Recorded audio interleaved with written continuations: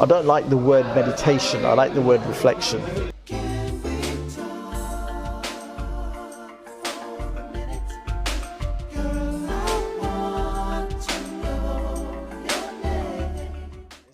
I'm not a big fan of, I don't like the word meditation, I like the word reflection, yeah? But reflection, if you reflect in what I call a meditative state, or you're trying to, like, for example, find a state where you are, I don't know what the definition of meditation is. I think is meditation just finding a quiet place to rest in thought, yeah? Or isn't that reflection? Yeah, so I need to know the definition, I think, before. But what I'm trying to say is that people should have that time, yeah? Kids, children, especially in schools, to go and reflect and more, not think it, but if it means talk it through with someone or write something, yeah, their thoughts, and get things out of their system, how they're feeling, about the day, yeah, and then maybe if they have the mechanism to share it with someone, fine, but if not, then look at it and think, okay, I'm actually I feel like this today, and I need to be like this, so I need to change my mode. What do I need? But what I'm trying to say is, if there was a way that these people can convey this kind of thoughts somehow, it might make them a little bit more prone to learning, yeah? Because I'm finding that a lot of these kids that we come across have got so much baggage, so much they come with, yeah, in the schools, and then you've got, say, a class of 30 children, but with at least 15 of them with baggage, yeah?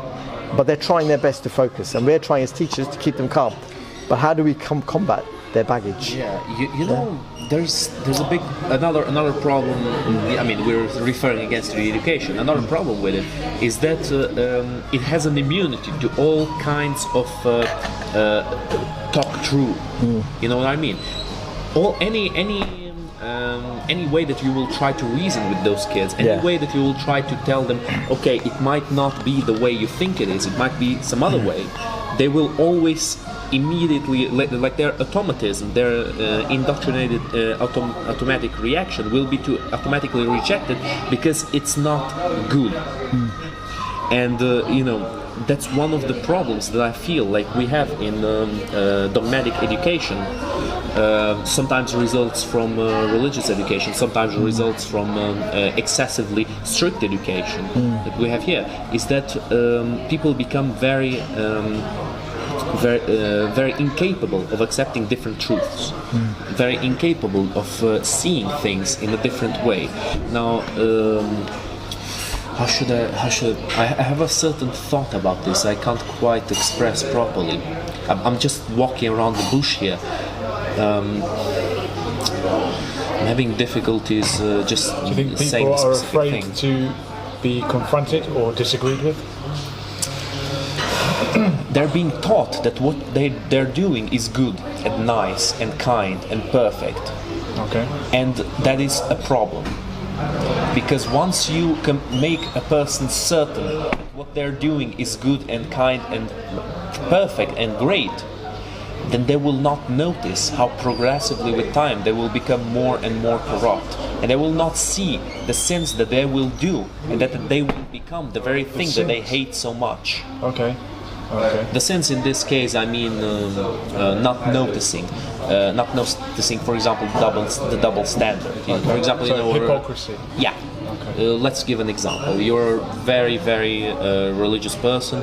You seek the truth. You want to propagate the truth, and yet the ideology you follow is based on a dogma that was transmitted from generation to generation and has nothing to do with the actual reality of the world.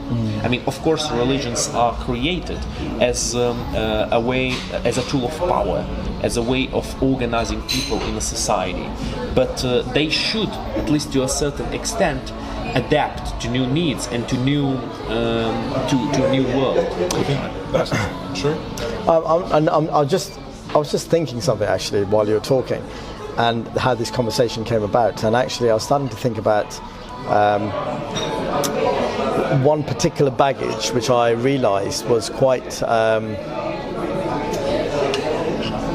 I realised that, when I said to you right at the beginning of all of this, that there are certain things that have changed over the years, yeah, and we need to start thinking about how these things are affecting our children. Yeah, and one particular thing which I've realised because it's happened to me, and I know it's happening massively across the UK, everywhere, is the amount of cases of broken marriages. Yeah, and so this is why I went to single parent families, but broken marriages, systemic, like divorce. Yeah. But what I did recently was I met somebody recently, a journalist, who asked me about something that was going on in my life, very private, a big thing that's going on in my life. And when I told him everything that was going on in my life, and asked him for his thoughts and his response from this, he turned around and said to me, Nero, the paper tomorrow. Sorry? It'll be front page tomorrow. Front page tomorrow. Yeah. No, he said to me, I've been dealing with a lot of these cases in the last number of years, and he said what often people forget in these cases is the run-up to the actual divorce. So what's happened after the divorce and all the things that's happening in your life right now, which is major, you've got some major things going on in your life. But he said, I'm really glad that you've told me today, not just what's happening throughout, what's happened after the divorce, but what happened before the divorce. Because he said one of the things that he's noticed in a lot of these cases when he goes to court and things, is that they often miss out the lead up to the divorce, when the parents break up, and the impact of that on the children, And then what happens is, these children who are quite young maybe at times, they haven't thought about it, it's not taking time to process, but 3 or 4 years later down the line, it's starting to manifest, all that things that happened in the past.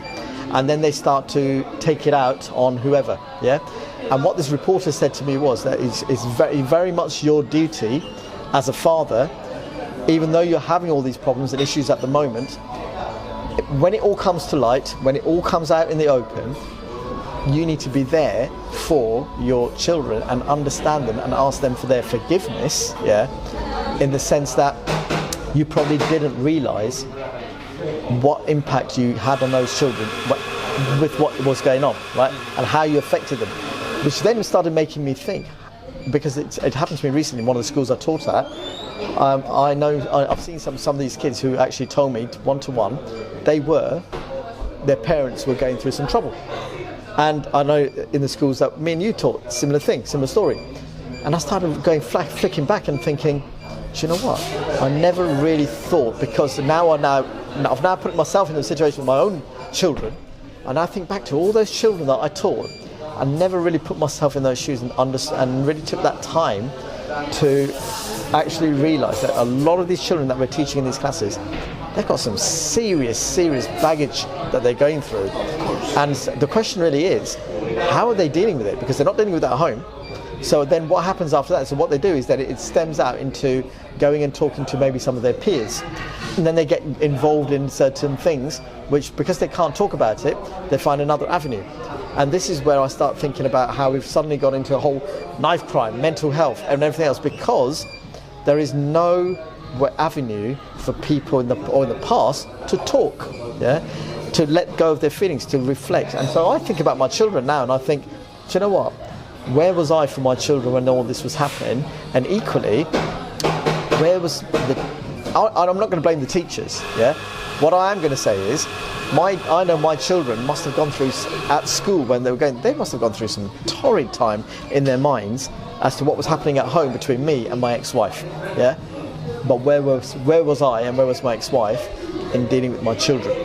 And looking after our children and making sure our children was all right. Because I can now see 7 years later on, I think maybe one or two of them or both of them, or maybe whoever out of those children, my children even, could develop those mental issues that could manifest. Me personally. The sound of the chair will appear a lot. I don't know. Let's keep it to a minimum. Nero, was there ever an avenue? So you said we've lost it, we don't have that time to reflect. Did we ever have it? Is it something we've lost, or something that society's never had? I think it's something that we've never had as human beings. I think it's something that maybe over time it will we'll find ways. We'll find ways to come back. Yeah. What the influence of family, the care the family gives you, is that what you're talking about? That we never had? No, not the care. what No, exactly no, do no, you no, no. He was saying about the time for like reflection. Yeah. Ah, time for reflection. Yeah, and so when these things are happening, yeah, in the moment of that time, so when it was happening between me and my ex or whatever, yeah, that time to actually realise you're not the only person who's being affected. I mean, I remember when it was all going through, I was thinking, why? It's me. It's happening to me. It's happening to me. It's happening to me. But actually, on a very, very, very, shall I say, deeper level, it's happening to the children. Yeah. And what I'm trying to say is, they then take that all they see to school. They try to forget it. They try to, but then it manifests. And one big thing I'm trying to say here is the counselling side of things. Where, do we have that counselling? Is counselling taken to the point where we just get kids when it happens? Yeah, we kind of respond. It's a reactionary thing. Yeah. What I'm trying to say is there should be a counselling mechanism throughout our life. It should be there for us.